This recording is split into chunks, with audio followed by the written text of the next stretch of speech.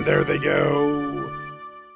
Well, MadRacingNews.com, I'm Magic. We're taking a closer look at the Wood Memorial Stakes on Saturday, April 9th at Aqueduct. This is a 100-point Kentucky Derby prep race. And with me to preview is Jared Welch. Jared, this might not have the Kentucky Derby winner in it, but compared to past runnings of the Wood Memorial, this is a really great field of 8 horses in here. Yeah, I mean, let's not complain about the Wood Memorial, right? Because, again, I'm with you. I don't know that we're going to see the winner, the Derby winner in this race. But when you look at past years, this one's interesting, especially for an 8-horse field. It's a decent betting race. You have a few in here with question marks, so to speak, early voting in Morello, who I guess if they go and win this thing like they've been winning, neither horse has lost yet, they could throw their name in the hat in terms of being, a contender for the Kentucky Derby. We don't really know how good early voting, and especially Morello, who's just been dominant in his three starts. Of course, he won the Gotham. You don't know how good he really is. And of course, stretching out for the first time, that's the question mark. But yeah, I think, and there are a few in here as well that if you're looking to spice things up, it feels like Pletcher just, it's like, I'll throw a couple in the bluegrass, whatever's left in the barn, throw them in the wood. Including Long Term, who's still a maiden after 4 starts. But hey, command performances in the bluegrass, and he's a maiden too. So I guess that goes to your point, Jared, that Pletcher just throws them wherever he's going to. It does feel a little top heavy because we have 3 horses that are either 5-2 or 8-5, and the favorite being Morello at 8-5 there. Which of those 3 is going to be your top pick in this race? Listen, I went back and forth between the 3 early voting and the 5 Morello. Mo Donegal makes a lot of sense too. He just kind of feels like what he is. If this thing completely melts down, maybe he could get up there. And I've been the biggest hater on this horse really the whole time. But it's the 5's race to lose, Morello. I mean, really, you look at what he's done. He hasn't lost a race, and he's won all of them by a combined 15 lengths. He's just been dominant in every start. You don't know what he is. That's key. He hasn't beaten anything. Most of the horses he has beat are clearly sprinters. Life is Great, Dean's List. Those are horses that are running the sprint race, right? So we don't know what he is stretching out. He is bred well, classic Empire horse.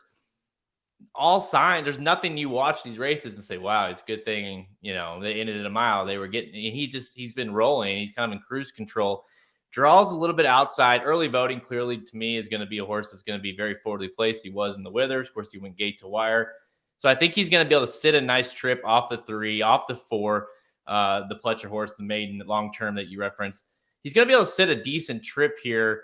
And I think the way he wins this race, if he runs similar to what he did in the Gotham, where he sits just off of it and then pounces late. And to me, that's the key in this race is you're going to want to be close to the pace, but not right on it.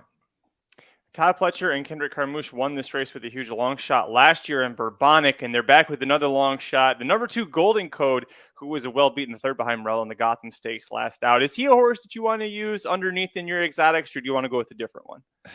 Yeah, I mean, it's one of the. I'm going to go the other Pletcher, Long Term. To be clear, I don't think this horse can win, but the horse has never been worse than second. He kind of strikes me as a horse that just runs his race each time. He did run a mile and an 1/8, 3 back, I should say, and maiden special weight. Big shock, he got second. You watched his last race, the maiden special weight, where he lost, of course. But he actually got a pretty good number in that race, an 86 buyer, and it came back a pretty strong time for him as well. If he gets like a little bold here and wants to sit up, clearly Pletcher put him in here because he knows Mo Donegal is going to be coming late, and he's going to want to put plenty of speed in here. The 2 Golden Code is another one as well. And like you referenced, let's not forget, just a year ago, we saw some crazy shit happen in this race when Pletcher had seemingly no shot to win here, and he hit the exacta with the winner was like 75-1. And obviously Bourbonic and Dynamic One did nothing after, but it doesn't matter. He knows how to win this race with horses that seemingly shouldn't win this race. So I get why it definitely feels like a top heavy race, but don't be afraid to throw in the 2 or the 4 or something, just in case something weird happens. Maybe we see 2 maidens win 2 preps on Saturday. How crazy would that be? pure chaos. Command Perform. I was imagining that while you're saying. I was like, we really could see Command Performance and Long Term, both maidens for Pletcher, hit the board and go to the Kentucky Derby this weekend. And that's just, in a year without Bob Baffert horses officially. That's par for the course, right, Jared? Shit would officially be out of control if that happens. Yeah, we'll just and then throw in Taba winning the Santa Anita Derby, and then we'll just say, you know what, we clearly have no idea what we're doing. Let's just wait till we get to the Kentucky Derby and basically draw a name out. Yeah, because it's going to be a wild day. Obviously, I won't talk too much about Taba, but yeah, it is a very interesting race in its own self as well. Taba in the Santa Anita Derby making his second career start after that super impressive maiden debut score. And if you want to get Jared's instant reaction to that, that's over at our YouTube channel, youtube.com/Racing Dudes. You'll also find full coverage of the Kentucky Derby and Kentucky Oaks Trails. And hey, speaking of those two races, did you know we've got 3 Derby and 3 Oaks preps this weekend? We have you covered with full in-depth analysis of all 6 races, along with every race on Keeneland's card Saturday in our Inside Track to the Bluegrass Stakes wagering guide. Available now at racingdudes.com. Head over there and pick that up. It's also included with every premium subscription. So if you're interested in our wagering guides for the Triple Crown or even moving forward here, make sure you get that premium subscription. Of course, before you leave, hit like if you like the video, subscribe if you really like it. Tell all your friends, tell us in the comments below who's winning the Bluegrass Stakes on Saturday. We'll see you at the track. This has been a presentation of RacingDudes.com, your destination for all things horse racing and sports betting. Whether you want free winners, expert insider picks, up-to-the-minute trackside weather reports, or podcasts and videos for bettors of all skill levels. Never make another wager without visiting the Racing Dudes. First,